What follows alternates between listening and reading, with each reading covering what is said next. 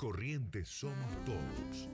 Somos 1 millón y todos somos importantes. Los de la capital y los de cada ciudad del interior. Los chicos que son el futuro y los veteranos que tienen la experiencia.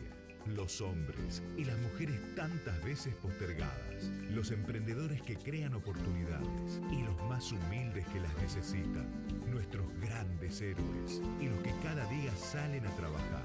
Corrientes somos todos. Y todos tenemos que poner el hombro para construir la provincia que soñamos.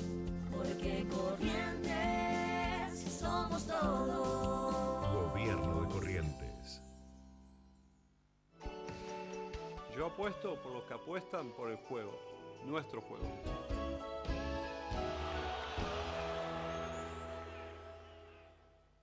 A todo color pinturería. Te esperamos en José Gómez 562 entre San Martín y Alvear. Estamos entre las 8 y las 19 para brindarte los mejores precios y calidad de la ciudad. Asesoramientos personales. Comprando con ahora 12 y ahora 18, obtenés un 10% de descuento en todas tus compras y envío sin cargo. Búscanos en las redes sociales como A Todo Color Goya, en Instagram y Facebook. Comunicate con nosotros al 3777-422-666 o al WhatsApp al 3777-622716. A Todo Color Pinturería, el mejor precio para vos. El antídoto para esta pandemia es cuidarte. La fórmula para que zafes es vacunarte. El antídoto, te lo traigo yo, te lo traigo yo. El antídoto, ya lo vas a ver, es una inyección de mi Amboyeré. El antídoto, te lo traigo yo, te lo traigo yo. El antídoto, ya lo vas a ver, es una inyección de mi Amboyeré. El antídoto, te lo traigo yo, te lo traigo yo. El antídoto, ya lo vas a ver, es una inyección de mi Amboyeré.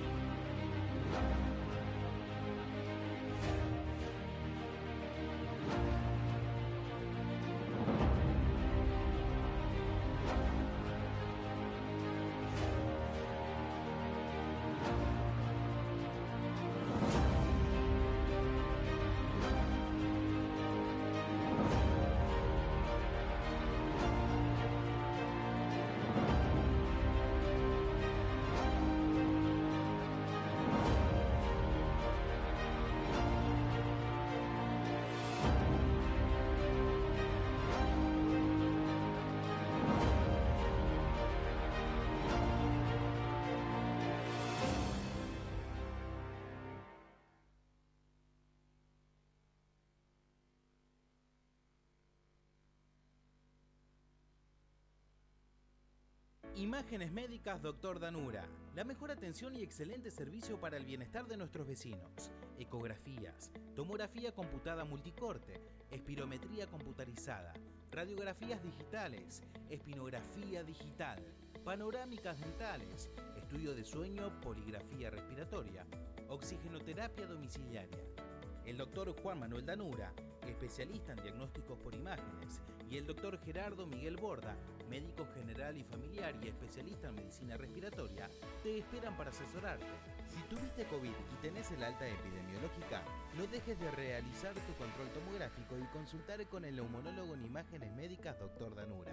Nos encontrás en Sargento Cabral 12, llegando a la avenida José Jacinto Rolón. Consultanos por horarios al 3777-475783 o escribinos a imdanura@gmail.com.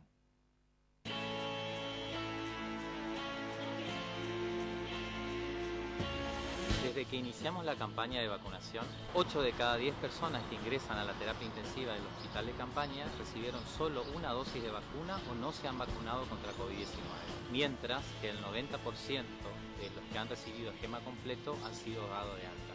Vacunarse salva vidas.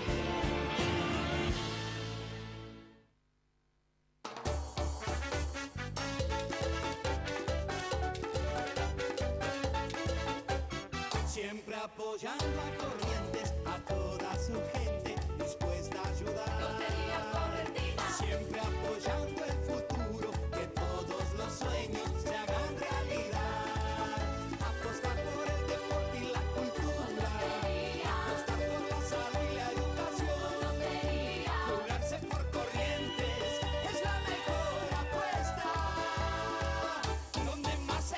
necesita. La Correntina está. ¿Qué más se necesita? Lotería Correntina. Siempre está. Gracias a la campaña de vacunación hemos bajado la cantidad de casos enviados al hospital de campaña. Estamos seguros de que cada uno de los que puedan presentar síntomas van a ser mucho más leves. Invito a que te vacunes, que estés atento a las directivas del Hospital Regional Goya, que constantemente va informando a través de sus redes sociales los grupos etarios a quien deben recibir dosis de refuerzo o segunda dosis. Está más que claro que en esta etapa epidemiológica debemos ser más responsables y solidarios, sobre todo con nuestro personal de salud.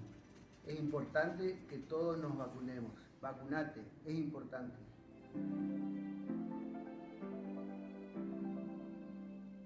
Armería Jabalí. Venta de todo tipo de armas que busques, de fuego y aire comprimido.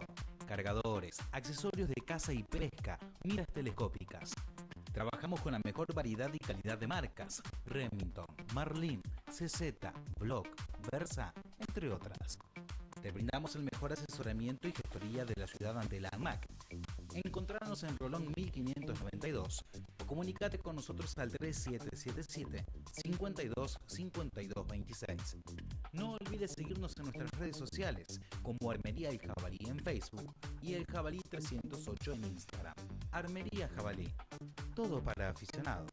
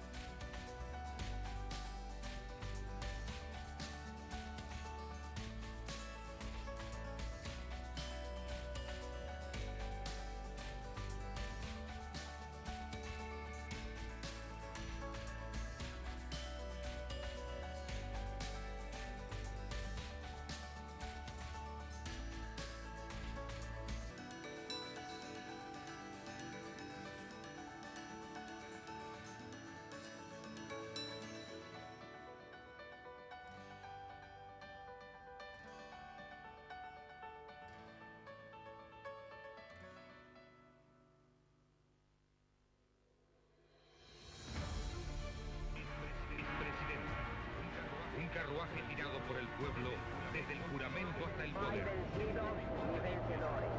Solamente un pueblo que marcha hacia su lado. Usted como tal es un incógnita desaparecido, es un desaparecido. No piensa.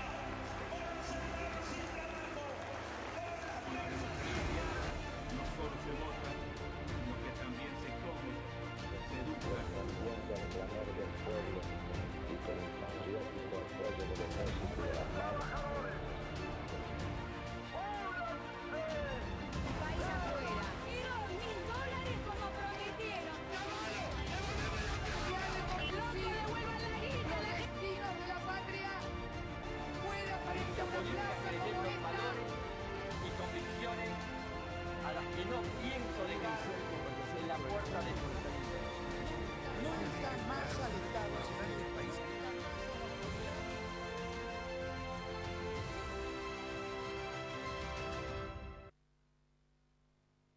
tener situaciones extraordinarias como la que hemos vivido, con una sequía que todavía estamos pasando, realmente son situaciones difíciles. Y a estas situaciones difíciles los correntinos le tenemos que poner el pecho. Puede ser que no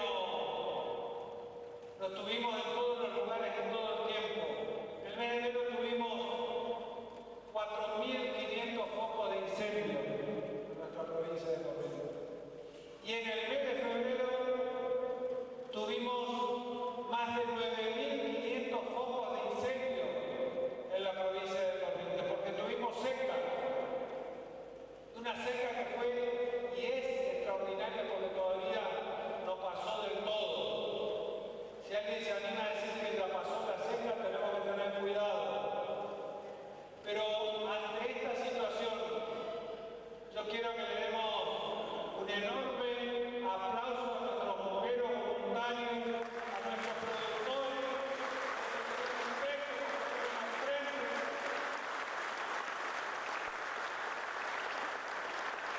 a nuestra policía de la provincia de Corrientes porque estuvo presente y les acompañaron, a nuestros trabajadores municipales, a los intendentes, a los concejales, todos hicimos lo que teníamos que hacer. Y no nos tenemos que olvidar, ahora que los fuegos ya no están, de acompañar y seguir apuntalando nuestro sistema de bomberos voluntarios. Pero nosotros como correntinos no le vamos a dejar solos a nuestros productores.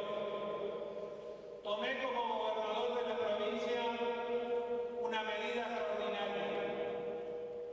Es la primera vez que durante todo este año 2022 nosotros no le vamos a cobrar ni un solo impuesto a nuestros productores, a nuestro campo, para que vean cómo los acompañamos. Ni un solo impuesto de la provincia de Corrientes. Y eso es una medida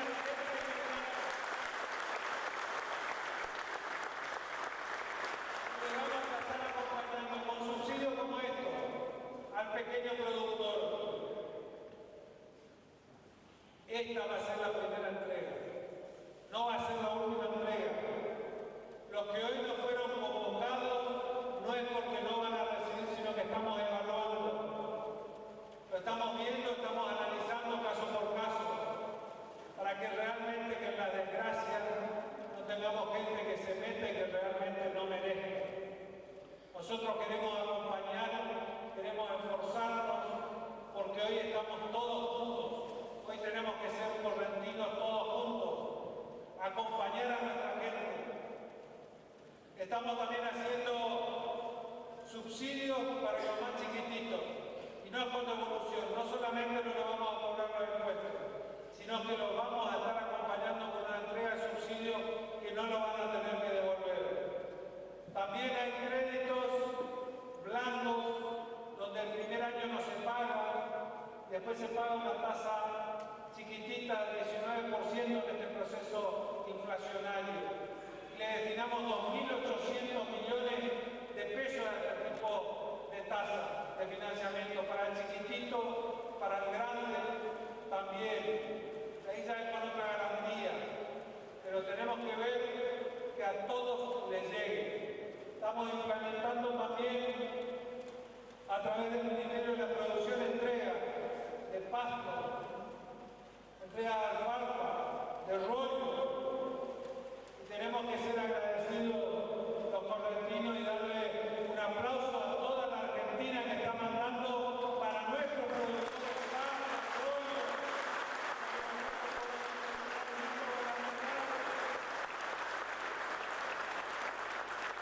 Hoy venimos yendo por la ruta que la gente que mandaba agua, que mandaba su ropa, su donación, su colaboración, porque tenemos que ser agradecidos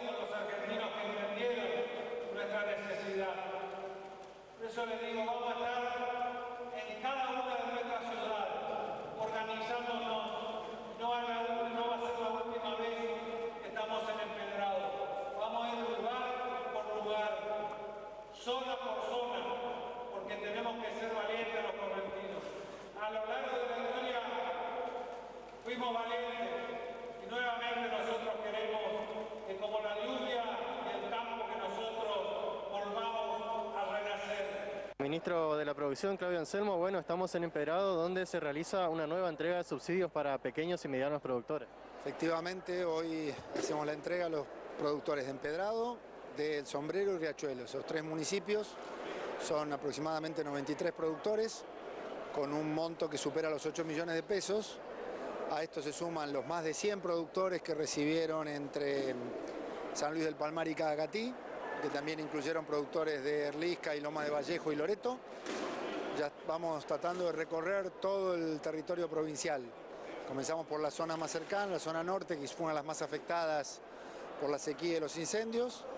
Y vamos a seguir, tenemos ya más de 700 productores de 20 localidades identificados, con los cuales vamos a distribuir un monto total cercano a los 75 millones de pesos, que es parte de la asistencia, que a su vez se complementa con todo lo que es alimentos, forraje, fardo de alfalfa, rollos de arroz, de paja de arroz, rollos de pasto que vienen de otra provincia, alimento balanceado y algún otro producto que estamos consiguiendo merced a la donación y al apoyo de innumerables personas anónimas que colaboran con la provincia de Corrientes. Bueno, el gobernador dijo en su discurso que se va a analizar caso por caso para constatar que efectivamente estos productores necesiten la ayuda. Efectivamente, lo que nosotros partimos es de la declaración jurada, que lo que requiere es el DNI, el RENSPA, que es la acreditación o el título de marca. Con eso verificamos en el Ministerio de Producción, no requiere muchos trámites burocráticos, a partir de eso se van armando listados por prioridad, que en colaboración con los municipios, y luego seguirán todo el resto. La idea es poder alcanzar a la mayor parte de los productores de la provincia, pero siempre que sean específicamente productores agropecuarios dedicados a esa actividad como actividad principal. Por último, ¿cuáles serían las nuevas localidades que estarían recibiendo estos subsidios? Y estamos con la zona de San Lorenzo y Saladas para los próximos días, vamos a ver si llegamos mañana, sábado o el lunes a más tardar. El día martes vamos a estar en la zona de Tierra Colorada, ya que hay remate de pequeños productores en Santo Tomé. Vamos a atender a productores de Virasoro, Santo Tomé, en ese mismo día probablemente Alvear y La Cruz, y el día jueves 17 por la zona de Mercedes y Curzú. Nos pasamos prácticamente 90 días sin lluvia, fue una seca extraordinaria como la tuvimos la última vez que se recuerda, 60 años. Imagínense, ni había nacido yo todavía en aquel momento, pero tenemos que tener cuidado que estos ciclos no se vuelvan a dar a tan corto plazo, así que nos tenemos que preparar y bueno, estamos con el Ministerio de la Producción, con el gobierno de la provincia, asistiendo a todos los productores, trabajando inmensamente para tratar de paliar esta difícil situación. Hemos suprimido todos los impuestos en el año para todo lo que es el campo, ni impuesto inmobiliario, ni tasas, ni ningún tipo de contribución provincial. Y ahora estamos asistiendo a pequeños productores con recursos, con plata, para que puedan recibir y comprar sus propios alimentos. Nosotros estamos repartiendo alimentos también, tanto balanceado como forraje, y vamos a seguir con el remate de pequeños productores, de manera que podamos ir aliviando los campos y prepararnos para la invernada. Así que haciendo un excelente trabajo para tratar de dar una mano gigante a los productores. Juntando de a poco todos los municipios, en este caso 3 de la zona. Sí, ya en esta semana fuimos con 3 de la zona, primera entrega, después tenemos que seguir entregando. No van a ser las últimas, vamos a estar rotativamente a lo largo y a lo ancho del territorio correntino para poder contribuir, colaborar y estar con nuestros productores. Y por supuesto, ya viendo las distintas cadenas productivas, vamos a estar ahora, sabemos que estamos con el arroz, estamos también con la madera, que vamos a estar trabajando intensamente y bueno, haciendo que Corrientes nuevamente se ponga de pie. Nos podemos quemar, puede haber fuego incontrolado, puede haber seca, pero lo que nos va a definir es con la fuerza que los correntinos nos levantamos. Gobernador, detrás de cada una de estas carpetas hay una historia que muchas veces ha tenido la posibilidad de compartir con los productores, gente que lo ha perdido todo, gente que trata de sostener lo poco que le quedó. Exactamente, y lo que estamos viendo, muchas mujeres productoras, que muchas veces no nos damos cuenta, pero hay muchas mujeres que le ponen el hombro, que vienen realmente con dolor, con emoción, como nos pasó a todos y que ahora viste que estamos saliendo, que estamos mejorando. la verdad que sentimos alivio con cada gota de lluvia que cae sobre el suelo correntino. Recientemente en Capital Federal con algunas gestiones que también tienen que ver con esta asistencia en la emergencia. Bueno, nos reunimos ante la falta de alambre con la gente de Asindar para que nosotros a través de la red Asindar tengamos un precio sugerido y aparte de eso para que haya disponibilidad porque sabemos que muchos alambrados se quemaron y que nosotros tengamos en cuenta cuál es el precio de referencia. Vamos a estar trabajando y monitoreando con todo lo que es la distribución y la compra de alambre. Estamos viendo cómo lo vamos a ir haciendo a partir de ahora. Estuvimos reunidos con el presidente de Toyota Argentina, que estamos comprando vehículos, equipamiento para bomberos y bueno, estamos planificando todo lo que son las unidades de la Brigada Forestal Correntina que estamos creando, es decir, le estamos dotando para darle potencia y colaborar con nuestros bomberos voluntarios también y bueno, todo lo que es el plan de equipamiento hacia adelante. ¿Esas brigadas van a trabajar de manera articulada con los consorcios de manejo del fuego que en algunos casos ya existen en la provincia? Nosotros vamos a trabajar sin duda con el Ministerio de la Producción, pero con una mesa de fuego que va a estar coordinando bomberos voluntarios, brigada de fuego.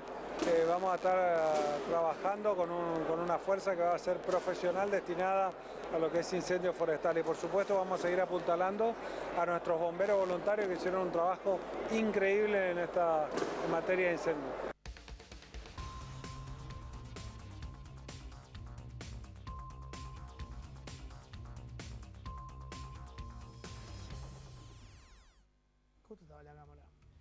Vos sabés que quiero abrir esto para nuestros invitados, ¿no? Sí, por supuesto. Está Luis Juez en línea. Luis, ¿qué tal? Buenas noches. Hola, Pablito. ¿Cómo va? Johnny, ¿cómo andan ustedes? Hola, Luis. Un abrazo. Una opinión sobre lo que ha pasado en las últimas horas. Vos sabés, Pablo, que como cordobés que somos descendientes de los come chingones, somos buenos para las piedras los cordobeses. Pero la verdad... Ni Spielberg podía hacer una película de esta. Ahora viene la entrega de los Oscars. Yo no sé si hay tiempo de presentarla como un corto, pero la verdad está muy bien hecho, muy bien armado, muy espontáneo, inteligentemente, muy terriblemente espontáneo. Me hace acordar a mi señora cuando me pide plata, terriblemente espontáneo. ¿Qué problema? Te van a decir machirula. Mirá que estás. No, la verdad, con ella lo tengo arreglado el tema, así que ella dice, no, se me ocurrió recién, lo vine preparando, ¿viste? Luis, ¿esto es un preanuncio de algo? ¿Tenés algún dato de qué va a pasar? Porque ahora en serio, en el Senado, ¿no? Esto pasa para el Senado. Claro. ¿Saben algo en el Senado? ¿Ustedes han hablado con la gente del Frente de Todos? No, Pablo, no, Johnny, mira, nosotros vamos a actuar con la responsabilidad, con la seriedad que demanda la circunstancia que la historia te pide, con la que no tuvo la Cámpora, con la que no tuvo Cristina, con la que no tuvo Máximo. Vamos a tratar de estar a la altura de la circunstancia. ¿Cómo vamos a votar? Lo vamos a decidir seguramente en la reunión de bloque. Pero que vamos a actuar con la seriedad que no actúa este gobierno que nos dejó a Alberto Fernández, uno de los presidentes más débiles que registra la historia de Argentina. Y lo mismo que lo pusieron en el poder, hoy le mueven la escalera y nosotros tenemos que sostener semejante situación. Vamos a estar a la altura de la circunstancia actuando con responsabilidad cívica porque realmente la situación es grave.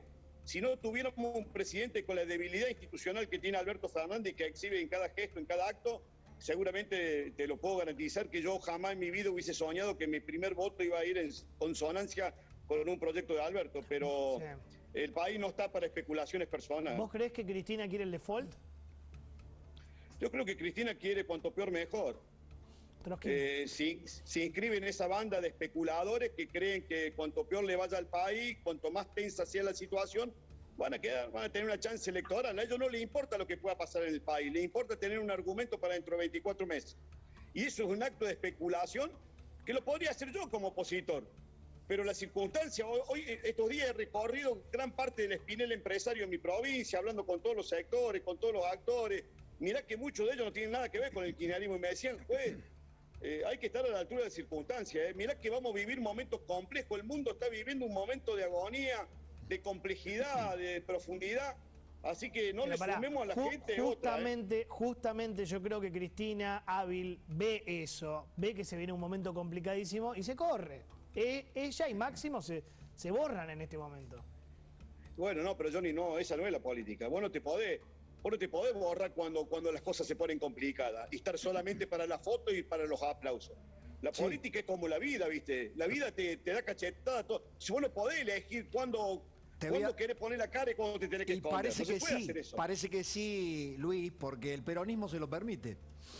El peronismo se lo permite. Yo te diré que el peronismo se lo permite y la sociedad argentina se lo permite. Y vos me conocés a mí, Pablo, de toda la vida y sabés que no soy el hermano de Chita, no soy un gorila. Pero esta sociedad en los últimos 50 años le ha tolerado el peronismo lo que no le ha tolerado a ninguna otra organización política partidaria. Si fuera al revés, Pablito, si los que estuvieran gobernando fueran de otro signo político, este país sería un incendio. Hoy sería Ucrania, lo digo con dolor en el alma. Nosotros tenemos que tolerar que estos pibes que manejan todas las cajas del país, ninguno tenga un gesto y diga, mire, presidente, ¿sabe qué? Yo no lo voy a acompañar con el Fondo Monetario, pero ¿sabe qué? Acá tiene el PAMI. Ponga a alguien de su confianza. ¿Sabe? Le voy a devolver a ANSES, tome, mire, le voy a devolver a aduana. Me voy a ir del Ministerio del Interior. Yo no comparto esta política suya de entrega a los cipayos traidores de este país. No pasa nada de eso, Pablo. Bueno, entonces son oficialistas y opositores al mismo tiempo. Aguantame un poquito allí. Está Martín Redrado acá con nosotros. Martín, buenas noches. ¿Cómo estás? Futuro ministro, ¿no? ¿Cómo les va? Te ponen de ministro. Para hacer las cosas que yo vengo trabajando con mis equipos en la Argentina se necesita poder político. Y acá hay una dilución del poder político. Por lo tanto, no se puede pensar en implementar un programa en serio sin ese respaldo político que se necesita. Rechazó el ministerio. Ya está, listo. Primicia, Redrado no. Táchenlo de la lista. Rechazado, Redrado. No, ahora quiero preguntarte en serio. ¿Era el default esto o el default? ¿Crees que es tan simple ese maniqueísmo? O sea, ¿estamos liberados del default o solamente lo hemos postergado por un ratito? La carta de intención con el Fondo Monetario es simplemente un plan postergar. No resuelve los principales problemas de la economía argentina, no resuelve la altísima tasa de inflación que cada vez nos deja más compatriotas debajo de la línea de pobreza, no resuelve el problema de la falta de desarrollo económico. Argentina tiene hoy el mismo ingreso por habitante que teníamos en el año 2007. Esto significa que estamos estancados mientras el mundo avanzó. Nosotros hace 15 años que estamos congelados. Y eso significa menos ingresos, menos posibilidad de progreso. Entonces, mientras no haya aquí un programa que sea una verdadera revolución del desarrollo, que no implica, Pablo, solo la economía. Hay que trabajar en ideas superadoras. Por ejemplo, cuando uno dice, ¿dónde podemos achicar el costo de la política? Bueno, hay que pensar en un programa de desarrollo regional que regionalice el país. Donde tengamos, y termino esta idea, ¿no? Porque yo veo que mucha gente dice, bueno, el costo de la política. Bueno, ¿dónde está el costo de la política? En las legislaturas. Por ejemplo, en las legislaturas provinciales. Deberíamos tener legislaturas por regiones y que sean unicamerales. No existe país en el mundo que tengan en los estados o en sus provincias dos cámaras. Déjame que le pregunte al juez, Luis, ¿coincidís con esto que está diciendo Martín Redrado? Pero por supuesto, coincido porque seguimos eludiendo la responsabilidad de la política. ¿De dónde va a salir la plata? ¿Quién la va a juntar? ¿Santiago Maratea? ¿Cómo le vamos a pedir le vamos a meter la mano al productor agropecuario? ¿Vamos a volver de vuelta a subir retenciones? Sí. ¿Le vamos a meter la mano al campo? Sí, están pensando en eso. No tengas dudas. Bueno, te das cuenta que y por eso vamos a estar permanentemente. Pero digo, yo no me quiero decir este concepto porque todavía no he votado. Ahora, y le pregunto a Martín, este país, ¿podemos nosotros empujarlo al default aún cuando lo estemos pateando para más adelante? Digo porque esta es la decisión que tenemos que tomar esta semana. Le estás pidiendo un consejo para votar. Claro, quiero que un economista de fuste como Martín me diga, che, y la verdad, sería bueno que los senadores no acompañaran esto, que este proyecto no saliera, porque en definitiva es exactamente lo mismo. A ver si esto es así. No, yo creo, Luis, que hay que evitar el default. Los países tienen que afrontar sus compromisos y el hecho que el Congreso esté autorizando este endeudamiento y no el programa. Me parece que realmente ha sido un error total y no hay precedentes tampoco en el mundo. El Fondo Monetario no pide que los congresos de los países que tienen programas con el fondo aprueben los programas económicos. Bueno, esa fue la mentira de Guzmán, perdón. Esa fue la gran mentira de Guzmán. Se enredó en esto. Y el gran desgaste que le llevó esto. Hace una semana que estamos discutiendo si default, no default, cuando realmente lo que debía haber pasado es enviar un artículo en donde el Congreso de la Nación diga Sí autorizamos a un nuevo programa con el fondo, a un nuevo préstamo con el fondo, y después el Poder Ejecutivo se tiene que hacer cargo de los costos y de los beneficios. El programa, Luis, es malo. Y te he escuchado en otras presentaciones que has hecho y coincidimos en eso. No es un programa que resuelva los problemas de Argentina, pero ustedes son oposición, podrán proponer ideas en el Congreso, leyes, pero es el Poder Ejecutivo quien debe tomar la responsabilidad. Ahora, digo, perfecto. Ustedes apoyan, digo, la oposición apoya. Se apoya el endeudamiento, no el programa. Sale, el fondo aprueba, pero se va a implementar el programa de Guzmán. Igual. Porque es el programa que han presentado al fondo. Un Guzmán que queda totalmente debilitado.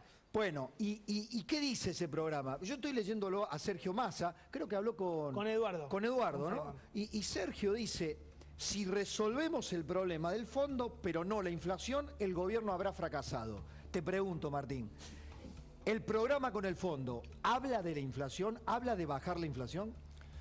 Hablas, pero de una manera tan amplia, cuando vos te dicen, mirá, la inflación puede ser 38 o 48.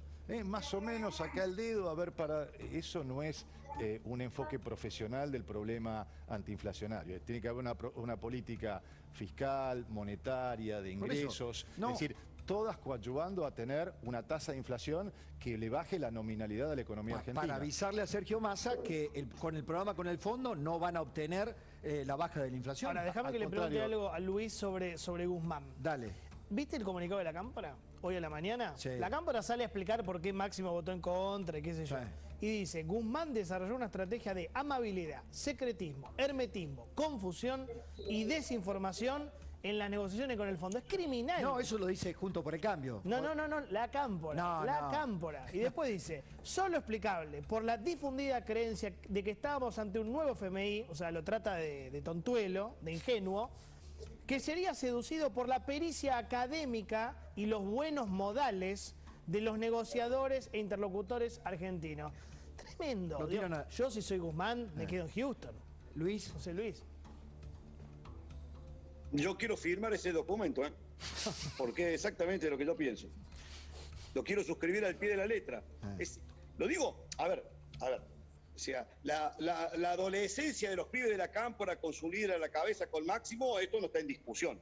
Ahora, esto es cierto. Tuvo 25 meses Guzmán para traer un programa con el Fondo Monetario e incorporar algunas ideas, como dice Martín, en la mesa. Y no trajo nada de eso. Quiso hacernos socio con la picardía propia que tiene el peronismo de querer hacer socio en las desgracias, te agarra del cogote, no nos consultó, no nos preguntó, no permitió que participaran nuestros economistas, nunca nos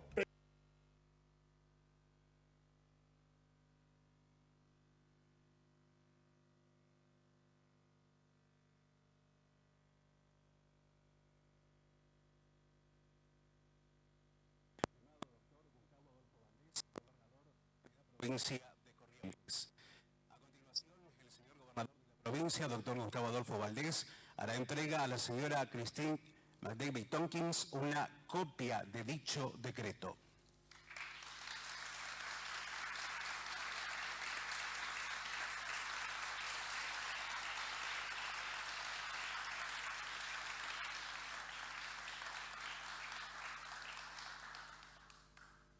Palabras del señor ministro de Turismo de la provincia, licenciado Sebastián Eslovalle.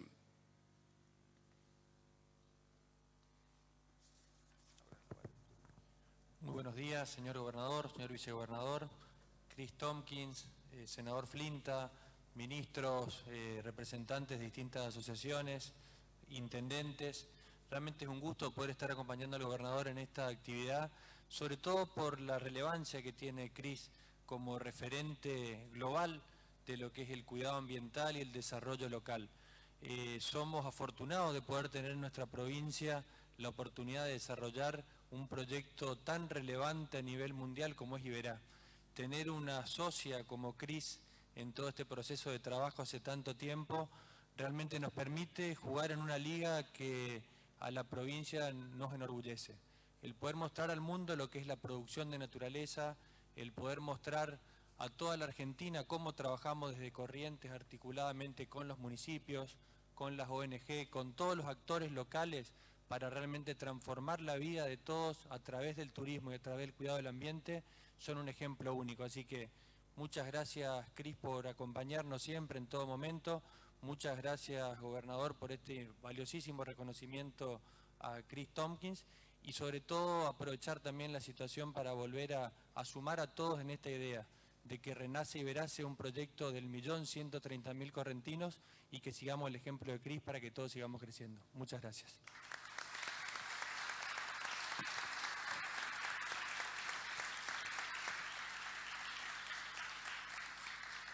Palabras del presidente del Comité Iberá, doctor Sergio Flintas.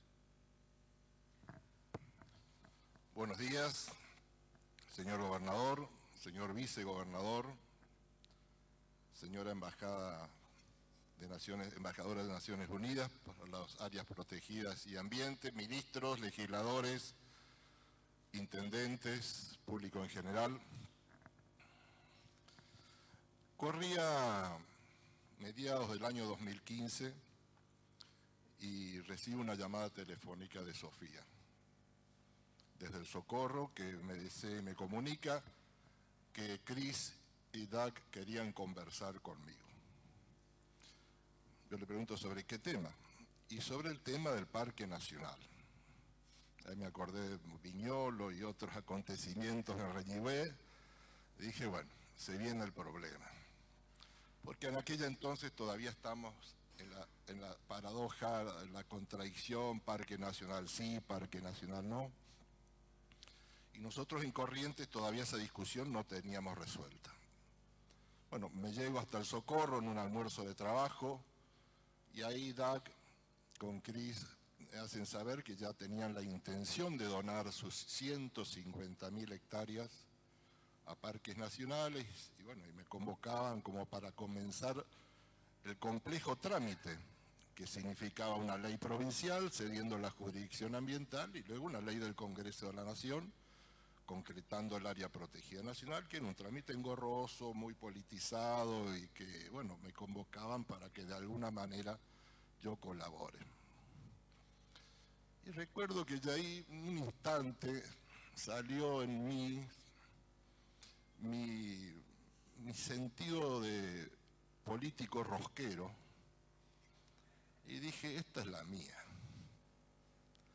Entonces le digo a Dag, bueno, ¿y qué le toca a Corrientes?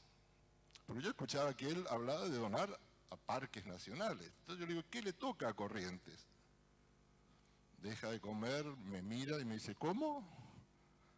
¿Qué le deja a Corrientes, Dag? Y él con esa tranquilidad que lo caracterizaba me dice, Sergio, a Corrientes le dejo un parque nacional.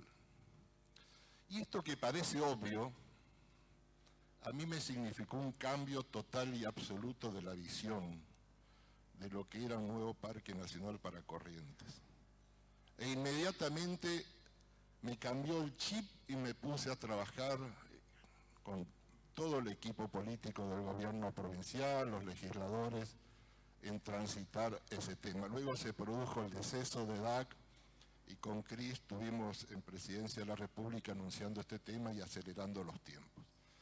Pero lo que quiero decir es cómo muchas veces desde un liderazgo se cambia la visión que uno tiene, más allá que del compromiso que uno tenía en la cuestión ambiental, en la cuestión del desarrollo del parque provincial. Y ahí comencé a entender el concepto del gran parque Iberá donde convivimos nación y provincia. Y hoy ofrecemos a la Argentina y al mundo el gran parque Iberá del tamaño que tiene. Quizás una de las áreas protegidas más importantes. Y yo creo que en este momento, Cris, voy a dejar de lado tu condición de embajadora de Naciones Unidas y voy a hablarme de más que nada a título personal. No tengo más que decirte que gracias. Gracias por los recursos que depositaron en Corrientes, que fueron cuantiosos. Gracias por el tiempo invertido en Corrientes. Gracias por todo lo que generaron en nosotros los correntinos para comprender esta cuestión de que Liberá era un diamante que teníamos ahí los correntinos y que no nos animamos a generar algo para preservarlo, conservarlo, restaurarlo y que nuestros pueblos que rodean Liberá tengan la posibilidad de un desarrollo como hoy tienen. Pero por sobre todas las cosas, gracias por algo que no tiene precio, que es la visión, que es el legado. Por eso, aunque el visionario no esté, la visión continúa. Y por eso creo que el millón de correntinos, por más que estés donde estés, te vamos a llevar siempre en el corazón.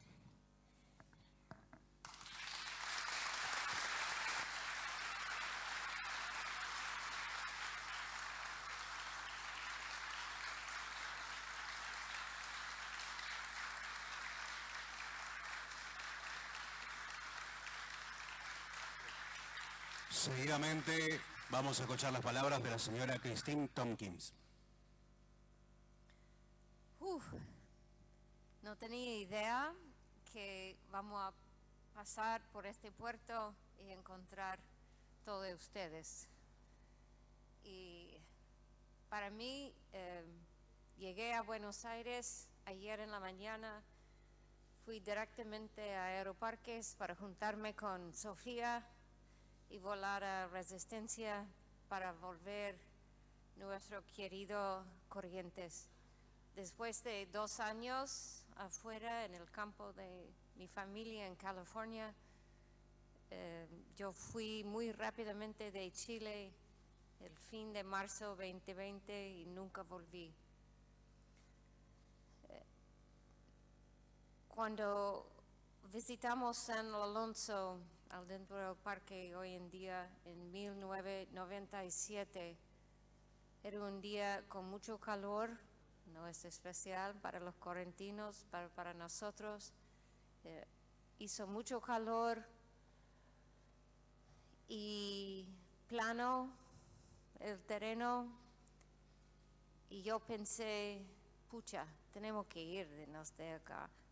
¿Dónde estamos? En el medio de una aguada. Y Doug vio algo muy especial casi inmediatamente. Y un mes después volvió y compró el campo ahí. Y desde ese entonces nosotros quedamos enamorados con Corrientes, más puede ser los correntinos, la cultura específicamente igual del paisaje y los animales, etc. Y de ahí conocimos Sofía, Marisi, otros en que empezamos a formar un proyecto que hoy en día es uno de los más emblemáticos en el mundo en términos de rewilding, trayendo especies que están extendidas, pero más allá de la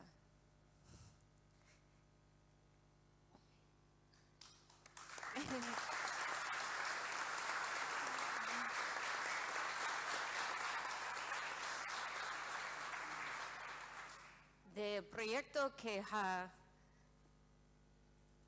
empezado con los vecinos de los 10 municipales alrededor de Iberá, de todos los correntinos que adaptaron ese concepto a salvar y restaurar un lugar como es la cuenca Iberá, y para traer una especie como jaguares, y empezando a pensar que el trabajo que tenemos que hacer socialmente, culturalmente, para traer un bicho como un jaguar, y encontramos al revés, una sociedad que quiere que su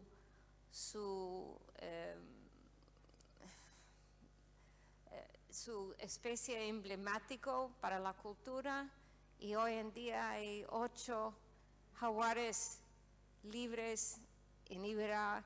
Esta es una historia que quiero decirles que ha volado en todo el mundo, si estás en Estados Unidos o Europa, donde sea, cuando habla de rewilding en el sentido completo de comunidades, de la vida silvestre, de paisaje, Iberá es el ejemplo más grande, más profundo, durable que hay. Y ese empezó acá.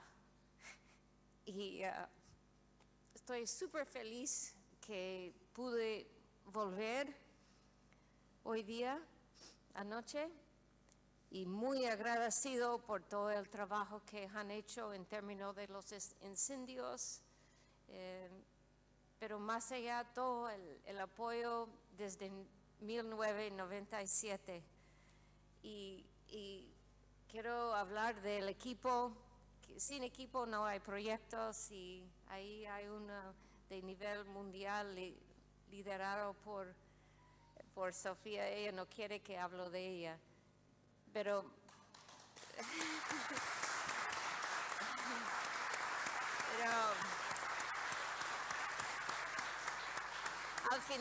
al final no conozco un otro estado o provincia que ha adaptado, tomado, liderado un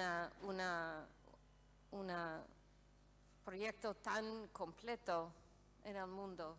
Felicitaciones a todos de ustedes, y hay mucho más por hacer. Gracias.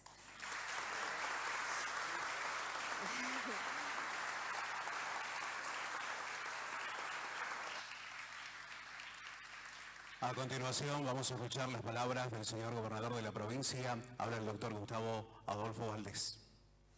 Muy buenos días a todos, señor vicegobernador, señor ministro, señor presidente del Comité Iberá, Chris Tompkins, también que nos está acompañando, a los señores ministros del Poder Ejecutivo, a los diputados nacionales, a los diputados provinciales, a los senadores provinciales que están acá presentes, intendentes de localidades vecinas, intendente de San Miguel, intendente de Concepción de Yaguareté Corá. A todos, muy buenos días. La verdad es que es un gusto recibirte y declararte huésped de honor de nuestra provincia de Corrientes. Y lo estamos haciendo en un momento especial para nosotros. Estamos saliendo de un momento duro, de un momento difícil, que nos tiene que dejar lecciones, enseñanzas, aprendizajes hacia el futuro, sin dudas, pero nos tiene que traer fundamentalmente conciencia, concientización de mirar exactamente a dónde estamos parados. Uno de los signos tal vez que más impresión causa en el ser humano es el fuego, porque es una experiencia fuerte, es una experiencia agresiva, devastadora, y nos hace tener plena conciencia de dónde partimos y fundamentalmente a dónde vamos. En este proceso de los esteros del Iberá, que comenzó como parque provincial en el 83 y se fueron sumando actores, cuando nosotros veíamos una organización no gubernamental que comenzaba a ocupar el espacio de lo que nosotros no hacíamos, veíamos un proceso de sustitución, como que venía una organización no gubernamental a sustituir y a decir qué era lo que teníamos que hacer, o de otra manera, a decirnos qué era lo que nos estábamos haciendo. Y la primera reacción ante esa ocurrencia es la negación y el combate. Y nos ha pasado como sociedad. Y con el tiempo comenzamos a cambiar los paradigmas, comenzamos a aprender, comenzamos a entender como Estado de que no había una sustitución. Ahí comenzamos a creer que había una competencia de quien hacía las cosas mejor. Y ahí comenzó a involucrarse el Estado para comenzar a aportar, a ayudar, pero todavía de manera no tan fuerte, no tan involucrada, hasta que entendimos que nosotros teníamos que potenciar lo que estaba haciendo una fundación con experiencia de nivel mundial, con alcance, con visión, tal vez la visión que nosotros no tenemos por estar justamente viviendo y conviviendo con los esteros de Liberá. Siempre recuerdo a Douglas Tompkins cuando decía: Corrientes tiene que volver a ser Corrientes. Y eso tiene varias miradas. Nosotros decíamos que los correntinos no somos, los correntinos no. Corrientes no era Corrientes porque habían especies de animales que estaban desaparecidas. Y muchos de los que estábamos en ese momento no sabíamos que el yaguareté era un poblador de esta zona, creíamos que era exclusivamente del África, o veíamos que los tigres ocurrían y estaban en otros lados, y sin embargo vivían en nuestra zona, y hoy, como decía Cris, ya hay 8 viviendo en los esteros de Liberá. Pero también en el rewilding están otras especies que a lo mejor no sean tan llamativas o tan atractivas, pero que es fundamental es que vuelvan a poblar nuestros esteros de Liberá para que Corrientes vuelva a ser Corrientes y que nosotros podamos nuevamente seguir acompañando. El gobierno de la provincia creó un área interdisciplinaria que atraviesa varios ministerios, que es el Comité Iberá, y nos impusimos no competir, no sustituir, ni nos sentimos atacados, sino que necesitamos potenciarnos, darle toda la potencia, toda la velocidad, todo el presupuesto y que hagamos todo lo que sea necesario para que los esteros de Liberá se sigan agrandando. Hay una donación de 150.000 hectáreas a parques nacionales, que hoy vemos que hay trabajo, que se tiene que seguir potenciando, pero nosotros tenemos que seguir creciendo. El Parque Provincial Liberá, de 550.000 hectáreas, hemos pasado ya a 600.000, tenemos pensado seguir creciendo, seguir invirtiendo, incorporamos más guardiaparques, tenemos que seguir aprendiendo y no creo que estemos en lo mejor de lo mejor, creo que estamos arrancando porque la preservación es para el futuro. Creo que tenemos los primeros pasos y tenemos que seguir convirtiendo que los esteros de Liberá sean realmente el diamante de toda la humanidad donde esté en nuestro corazón. Pero todos tenemos que trabajar para que así sea. Por eso, a cada uno de los que puedan aportar, como lo hace Chris Tompkins, que cada uno lo pueda hacer. En este fuego, creo que los esteros, los animales, fueron vistos sufriendo. Estamos haciendo un gran trabajo con el Centro Aguará. También hemos invertido en el Comité Iberá otros 200 millones para cada uno para seguir colaborando y vamos a poner los recursos que sean necesarios del Estado provincial para seguir potenciando. Pero a todos los ciudadanos argentinos que colaboraron, que invirtieron su plata, que se preocuparon por Corrientes y que se ocuparon por Corrientes, a todos los veterinarios que hicieron un gran trabajo, al Colegio de Veterinarios, a los veterinarios independientes que vienen a ayudar, creo que hacemos de Corrientes un epicentro de conservación, de trabajo en conjunto, donde podemos vivir en paz trabajando por la naturaleza. Y vos que sos una embajadora de nivel mundial, queremos decirte que siempre sos bienvenida a Corrientes y que sos nuestro orgullo. Gracias por estar acá, a seguir trabajando para preservar nuestro ambiente y seguir desarrollándolo para las futuras generaciones. Gracias.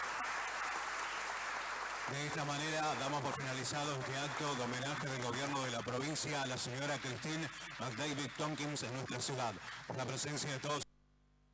Muy bien, ahí escuchábamos un poco para continuar con nuestro programa, para arrancarlo, si se quiere, este reconocimiento a Christine Tompkins, que ya vamos a hablar a lo largo del programa un poco sobre quién es Chris, como le dicen en confianza, y por qué se genera este reconocimiento. Y bueno, claramente esta bienvenida y homenaje que se le hizo, ¿no?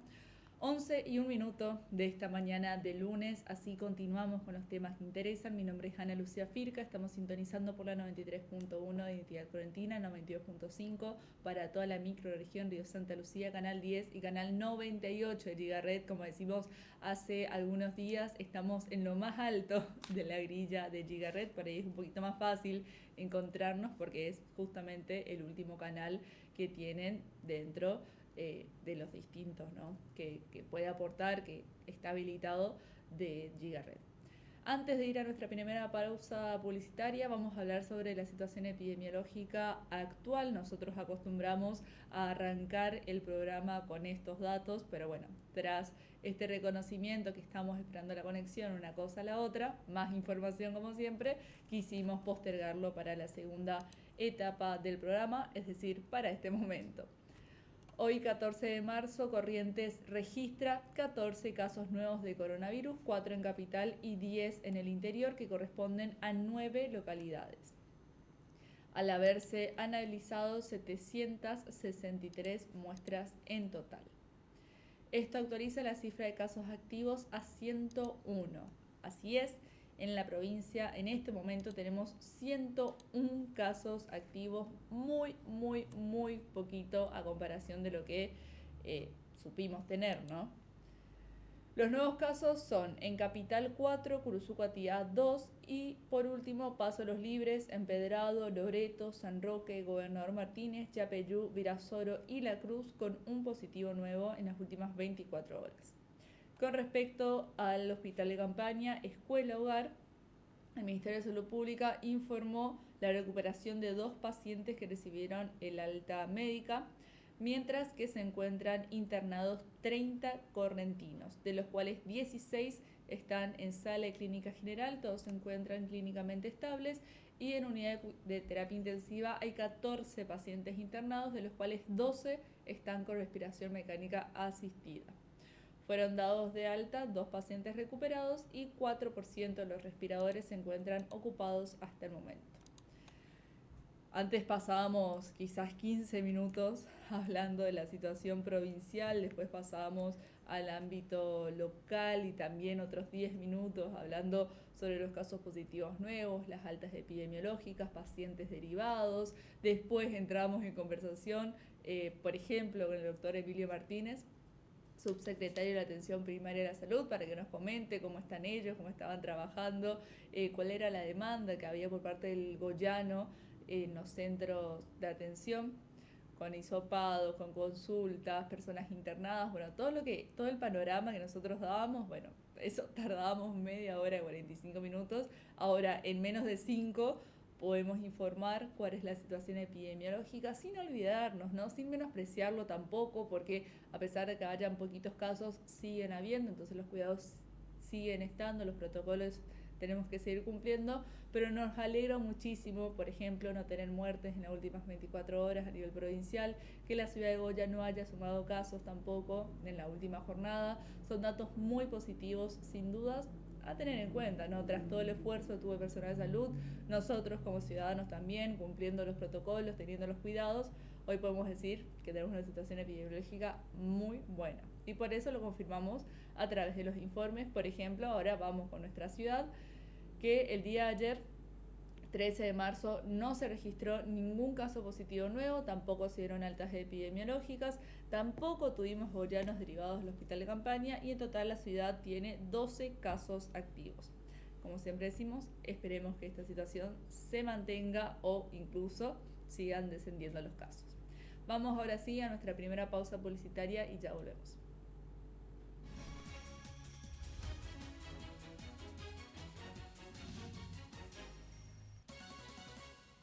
Imágenes Médicas Dr. Danura. La mejor atención y excelente servicio para el bienestar de nuestros vecinos. Ecografías, tomografía computada multicorte, espirometría computarizada, radiografías digitales, espinografía digital, panorámicas dentales, estudio de sueño, poligrafía respiratoria, oxigenoterapia domiciliaria. El doctor Juan Manuel Danura, especialista en diagnósticos por imágenes, y el doctor Gerardo Miguel Borda, médico general y familiar y especialista en medicina respiratoria te esperan para asesorarte. Si tuviste COVID y tenés el alta epidemiológica, no dejes de realizar tu control tomográfico y consultar con el neumonólogo en imágenes médicas Dr. Danura. Nos encontrás en Sargento Cabral 12, llegando a la avenida José Jacinto Rolón. Consultanos por horarios al 3777-475783 o escribinos a imdanura@gmail.com. Si tenés síntomas, Si tuviste contacto estrecho, para recibir tu alta post-COVID. Si no pudiste inscribirte en el plan de vacunación, para solicitar el ingreso a la provincia, comunicate al 0800-444-0978. Estamos para ayudarte.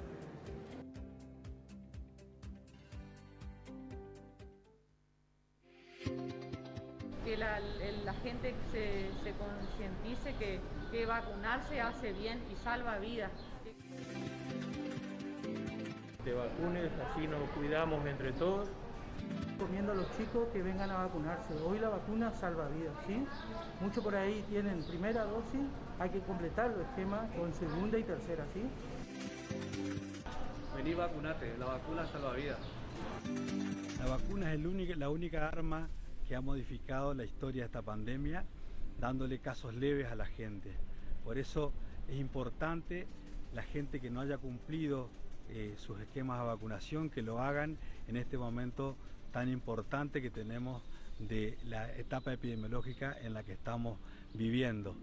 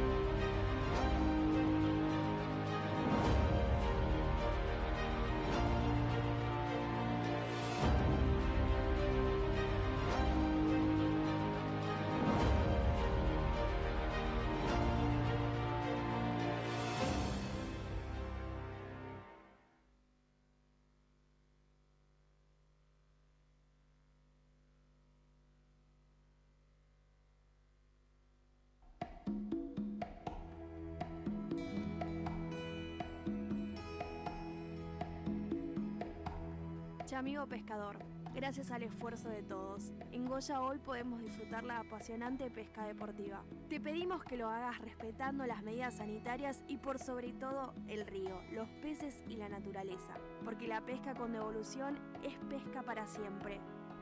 Dirección de Turismo, Municipalidad de Goya.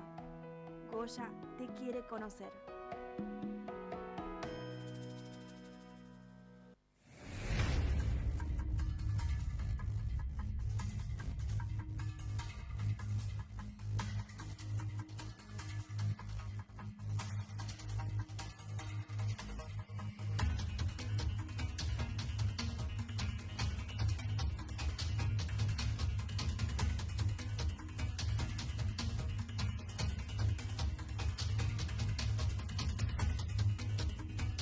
Queridos vecinos, en esta oportunidad quiero invitarlos a que nos vacunemos todos. Si todos nos vacunamos muy pronto, este virus será una historia y solamente podremos cantar un virus de pasión. Me tiene loco y enfermo el corazón. Me tiene loco y enfermo el corazón, contaminado por un virus de pasión.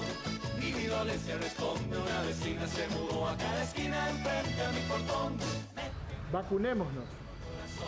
Contaminado por un virus de pasión. Algo está pasando en Agda. Te esperamos para que te vuelvas parte de esta gran familia. Básquet femenino para todas las edades, desde los 4 años en adelante. Para los más chiquitos, a partir de los 4 también. Pañales, mosquitos, mini y mini. Nos divertimos y empezamos a compartir de este gran deporte. Y desde los 13 años en adelante, tenemos grupos variados con múltiples horarios a su disposición. Contamos con profes de educación física especializados en básquet, lo mejor para nuestros chicos. Cuotas accesibles para que todos podamos vivir de este gran cambio. Nos encontrás en Alvear 616 y para consultar, comunicarse al 3777 522135. Algo está pasando en Agda. No te quedes afuera.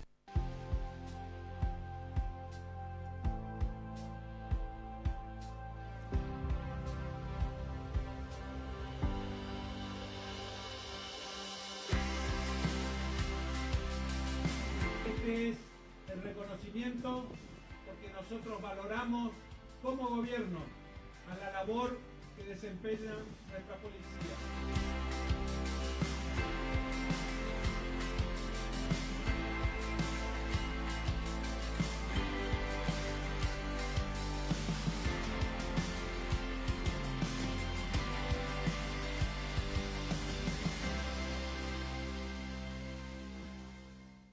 Armería Jabalí, venta de todo tipo de armas que busques, de fuego y aire comprimido, cargadores, accesorios de caza y pesca, miras telescópicas. Trabajamos con la mejor variedad y calidad de marcas, Remington, Marlin, CZ, Block, Versa, entre otras. Te brindamos el mejor asesoramiento y gestoría de la ciudad ante la ANMAC. Encontrarnos en Rolón 1592 o comunícate con nosotros al 3777 52 52 26. No olvides seguirnos en nuestras redes sociales como Armería El Jabalí en Facebook y El Jabalí 308 en Instagram. Armería Jabalí, todo para aficionados. A todo color pinturería. Te esperamos en José Gómez 562 entre San Martín y Alvear. Estamos entre las 8 y las 19 para brindarte los mejores precios y calidad de la ciudad. Asesoramientos personales. Comprando con ahora 12 y ahora 18, obtenés un 10% de descuento en todas tus compras y envío sin cargo. Búscanos en las redes sociales como A Todo Color Goya, en Instagram y Facebook. Comunicate con nosotros al 3777-422-666 o al WhatsApp al 3777-622716. A Todo Color Pinturería, el mejor precio para vos.